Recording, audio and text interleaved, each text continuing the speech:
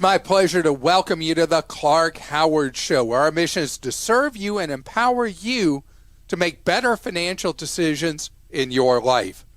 Speaking of empowering you, I hope you've signed up for our daily free newsletter at Clark.com that will give you all kinds of money-saving and money-making tips you can trust delivered straight into your email inbox.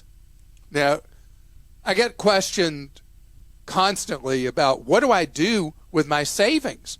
I mean, we're earning like nothing on our savings. And so I've talked before about the remarkable opportunity for now offered by Series I savings bonds. They allow you to electronically set up an account and put money into an account that you have to have for a minimum of a year. Typically, you want to have them for 5 years, but you can keep your Series I savings bonds for up to 30 years. And what you get is you get the rate of inflation, which for years has been pretty much lame. But now that we're in this time period of ugly inflation, what you can earn on a Series I savings bond is phenomenal. Reset every 6 months. And as long as we are in an inflationary cycle, you're in a great position because you're earning so much more than you can in a savings account or CD at any bank or credit union. And I know right now the rates are crazy high, so you probably have heard about the fact that right now you are earning, at least for a 6-month period, the equivalent of like 9% a year. Now, that got your attention, didn't it? It is a fully federal, it's not federally insured, it is from the feds, a Series I savings bond. But there's a lot of requirements with it. You got the holding period and all that. So now I'm going to take you to something more complicated. Series I savings bonds, so easy. Go to savingsbonds.gov. You see how to buy them and all that. Now I'm moving into complication land. So you can buy U.S. Treasuries like the big boys and girls that are buying millions of dollars of government instruments. You have the ability at treasurydirect.gov to set up an account and buy the equivalent of 6-month CDs, 1-year CDs, sold as 26-week or 52-week debt instruments. And they regularly do these, and then there are others of longer terms. But the important thing is the interest you earn. You can see what they've been paying lately. You buy on what's called a non-competitive bid. You get what the big boys and girls are able to get at auction. You get basically the average of that. And what that means is money that you have right now in a savings account, let's say with a big bank, well, even a small bank, where you're earning 1/100th of 1%, you can earn rates, depending on the term you go, typically 1 to 2%, kind of in that general vicinity. And your money's only tied up for half a year or a year, typically. You buy a 26-week or 52. Now, the reason I've been reluctant to talk about the whole treasurydirect.gov thing is people get overwhelmed at that website. It's not designed for what I'm promoting it for now, which is for an ordinary saver. It's generally geared towards sophisticated money market kind of, not money market, Wall Street crowd kind of people. But if you go through the process and you want to set up an account and buy these, then you will be able to take the money you're earning in a savings account, which is basically nothing, that's money you're trying to use potentially 6 months or a year out, and you're going to earn much, much more in interest than you would earn otherwise. The other advantage of the Treasury Direct program is interest rates that are sensitive to what the Federal Reserve is doing. The effects of that happen much quicker for the Wall Street kind of crowd. and you get the benefit as if you are a huge investment house or you are a billionaire. You're getting the same kind of advantages through Treasury Direct. Again, not a user-friendly kind of thing. So at Clark.com, I have a very simple guide for how you invest in the Treasury market or save through the Treasury market direct, because it will overwhelm you when you get there. And I hope that our little cheat sheet will help you know the process to buy treasuries. And they use all kinds of terminology, which is inside Wall Street kind of terminology, but you distill it down. Basically, you're buying the equivalent of a CD for various terms. And you can buy from a relatively small amount to huge amounts can go into this.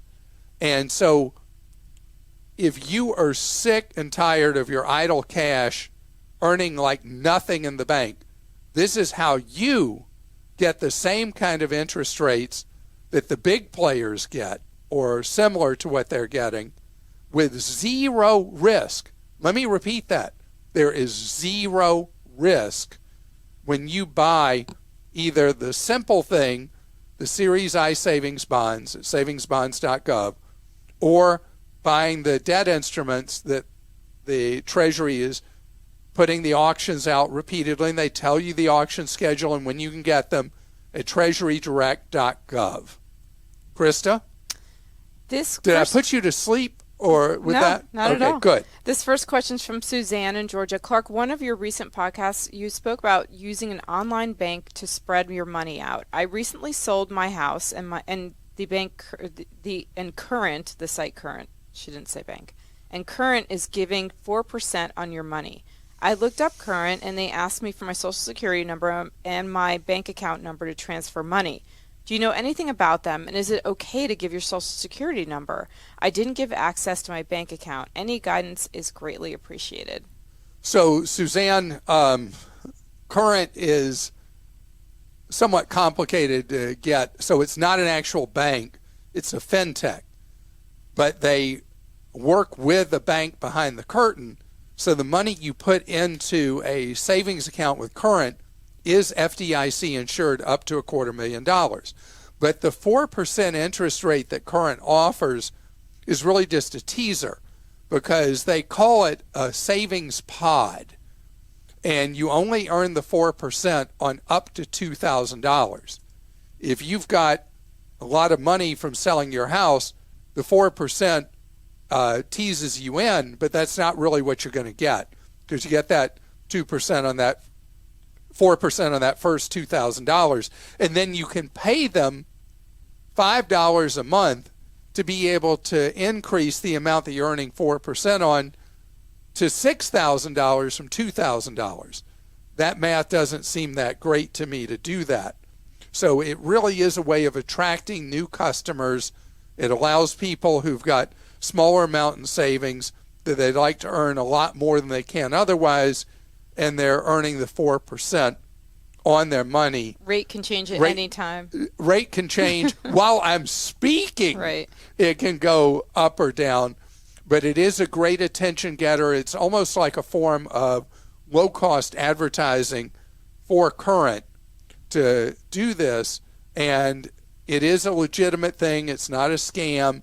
It's just you got to know that the 4% is only on that up to that maximum $2,000 as of today's rules. From Connie in Ohio, I was recently notified that someone submitted an unemployment claim in my name. I contacted the Ohio Department of Job and Family Services and flagged my account so that no claims are paid. Is there anything else I should do regarding my credit cards, etc.? Yeah, so you have someone who actively knows who you are, has your social security number, your other personal information, and so you were wide open for various forms of identity theft. Now, the one we talk about most often is where somebody attempts to get credit as if they're you, buy a car as if they're you, do anything like that where they impersonate you in financial crimes. So if you've not done so yet, the most important thing for you to get on right away is setting up what are known as credit freezes with Equifax, TransUnion, and Experian. You have to do it with each. You'll need to set aside about 15 minutes to do so. It's free to do.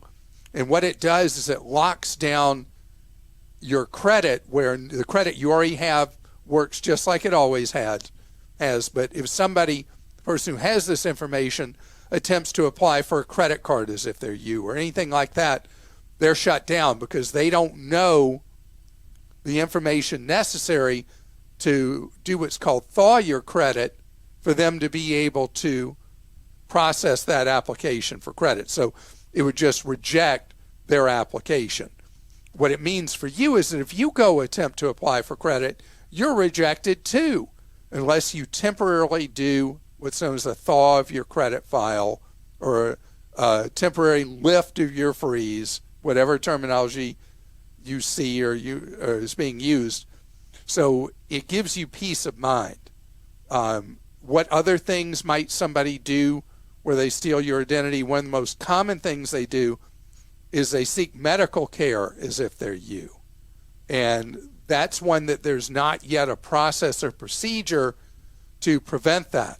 So you can only prevent what you can prevent, and what you want to be about now is setting up credit freeze. And if you go to clark.com/credit freeze, you'll see our guide how you do that with each of the 3 credit bureaus. And again, it is free to do so and pretty quick to set it up. This is from Laura in Florida. We're going on a summer vacation and have booked a Turo.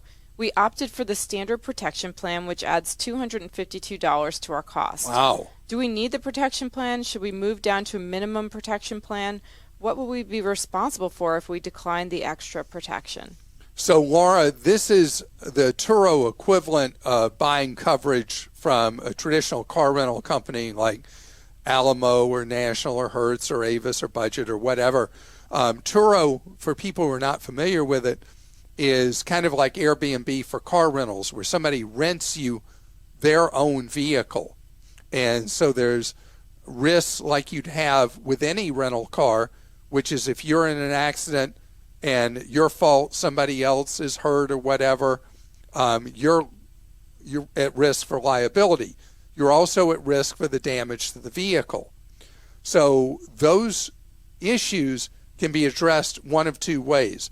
One is I want you to check with your own automobile insurer and ask them, Laura, how you're covered or not covered for temporary use of a rental vehicle, in this case specifically Turo. I know with my own auto insurer, they now have language that specifically governs, I forget what they call Turo and their competitors. There's some terminology they use about private use of a rental vehicle or something like that. No, rental of someone's private vehicle. Maybe that's what they call it. And so you want to know, do they already have incorporated in your automobile insurance policy temporary use of a Turo that you're covered for liability under your own automobile insurance? If you are, then that's step 1 out of the way. Then the second is you may well have one or several credit cards that normally provide you protection for the vehicle and other expenses, either primary or secondary, of a rental car.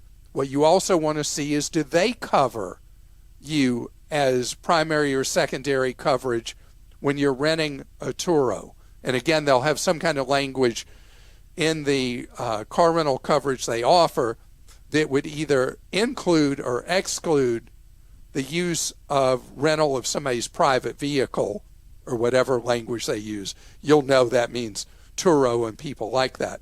If you have the coverage, particularly if you got both, that you're covered under your own automobile insurance and you're covered by a credit card, then you will not need any robust coverage from Turo, and you'll be able to reduce the expense of that rental. And I hope you have a great time on your vacation. Up next, this is really something. There's an item that parents buy brand name at ridiculously high prices when absolutely you don't have to do it. And it involves baby formula. I'm going to tell you what every parent of young children should know to protect their wallet ahead. So anytime there's an opportunity for me to talk about how much I love store brands and why you should buy generics or store brands, and there's absolute science to back it up, I'm really excited to bring it your way. And parents of young children who formula feed at least part-time or full-time instead of breastfeed, that you got to buy formula, there's a tendency for parents to be risk averse at what formula they buy.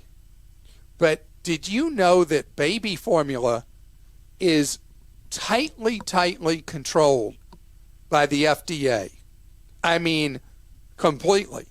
And one thing that's clear is that what it says on the label, that better be what's in that formula. Well, Wirecutter did a deep dive into baby formulas with a full explanation about the formulas. And I want to tell you that it was clear as could be in their research that the formulas you should be buying that will be best for your baby and best for your wallet, there were two absolute runaway winners. One, Kirkland Signature ProCare non-GMO infant formula. That is a mouthful. That was not written by a marketeer. Let me say that again. Kirkland Signature, Costco's private label, ProCare non-GMO infant formula. You don't hear as much about the whole GMO thing anymore, do you? Anyway, that and Sam's Club Members Mark Infant, absolute top rated, that those are the two that are best for your wallet and absolutely great for your baby. So, let's say you're not a member of a warehouse club. You don't pay those fees to be a member of Sam's Club or Costco Wholesale. What should you then buy? So, the two you should be buying, Target's Up and Up Advantage Infant Formula, or Walmart's Parent's Choice Tender Infant Formula. That whether you are a warehouse club member or non-warehouse club member, the ones to buy, all store brand. All store brand. And why? Because again, the formula, as they said in Wirecutter, talking about Costco, is as effective as any other traditional formula. And then it goes through how it has all the same potentially beneficial extra ingredients found in much more expensive formulas. So this one isn't even gray. It's green. It's your green.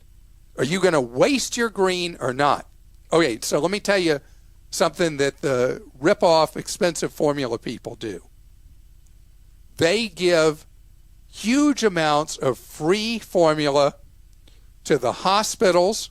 They may even pay them to hand that stuff out. They give it to the pediatricians, and they give you samples. Those free samples are the most expensive stuff you can ever get because you think they're doing you a favor. They're not. They are hooking you on feeling like, oh, our baby started on this and he or she's doing great on this, so we're going to keep throwing our money away. You might as well take it and put it in a fireplace and burn your money paying for brand name formula. Instead, if you're going to do formula feed from the beginning, go to LDR, Labor and Delivery Recovery. Go to the hospital with the formula that is either the Costco, the Sam's, the Target, or the Walmart Take it with you when you go to the hospital. Say thanks but no thanks to the pediatrician when they want to give you the rip-off free samples, and save your money. And I hope also you get a good night's sleep those first 6 months of your baby's life. Good luck. Okay, Steve in Illinois says, we're planning on buying a new house in 12 to 24 months. Our current mortgage and all our banking is with a mega bank, but we want our next mortgage to be with a credit union. When should we start shopping? So, Steve, I'm going to shock you. Be shocked. When you're shopping for a mortgage, this is a time that you want to go wherever you get the overall best deal. And you don't want to limit yourself, although credit unions typically have the lowest mortgage rate. May or may not happen where you live in Illinois. Who knows? It's going to depend on how competitive the credit unions are in your area. You don't know if most mortgage lending now is done by non-bank lenders, which are the ones you see advertising so heavily, that are not related to a bank. They're independents. Credit unions, for a while, were the biggest. The smallest now in mortgage lending, pretty much a pipsqueak now, are traditional banks. Because, yes, you're right, traditional banks tend to be very pricey on mortgages, but not necessarily always. So I want you to have an open mind when you shop for a mortgage, and I want you to look at all the expenses, not just the interest rate. I want you to look at what are the closing costs estimated by each lender. Are they going to charge you any junk fees known as points? Each point is 1% of the amount of money you're borrowing. And so you want to look at the rate, the points, and closing costs, and you're able to figure out, if you look at it methodically like that, who actually does have the best deal. So at the very least, in addition to credit unions, you don't even want to bother with the banks. At least do credit unions and independent mortgage lenders. And you can look also at a mortgage broker, mortgage banker, or what are known as the directs, the people that advertise so heavily at the real estate sites, on the real estate apps, and on TV. You can shop with those people. You can shop with the local credit unions. And maybe you can get quotes from banks. All depends on how much you want to do. What you're thinking of doing, though, is great, because most people only go to a single lender for a mortgage when they are buying a home, generally at the recommendation of their real estate agent. They'll get a referral, and they don't shop the market. And if you don't, you're going to pay too much. This is from Rosalind in California. Coinstar e-gift cards are printed on thermal paper. Months after obtaining an IHOP and Applebee's, we used some of the IHOP in Tennessee, but at home in California they wouldn't take it, as they said they could no longer read the author number on the paper e-gift card, the authorization number. I tried calling Coinstar, but they said I had to deal with IHOP, who never returned my calls. I lost about $37 in cash money. Never again. All right, Rosalind. You had talked about Coinstar recently. Yeah, that is very disturbing to me. I do know you're talking about those thermal receipts. They get exposed to light, and they do go blank. And it's terrible that Coinstar told you that it's not their problem, that you have to go back to IHOP. That's ridiculous, because who was it who issued the receipt to you? It was Coinstar. And I'm very surprised and disappointed by that. I don't know if you're active on social media, but I would post your story on social media, and you'll probably get they're probably monitoring social media at Coinstar. You may get a request for a direct message, and that has been a technique that seems to help with companies that are really worried about their reputation and public image. Guess we'll be able to see if Coinstar is worried about their reputation and public image. What this concerns was, I talked about how I take my change, I put in the Coinstar thing, and that's because I got dollar for dollar for my coins. But if I ask for cash from Coinstar, they charge, they take like 14% or something like that of the action.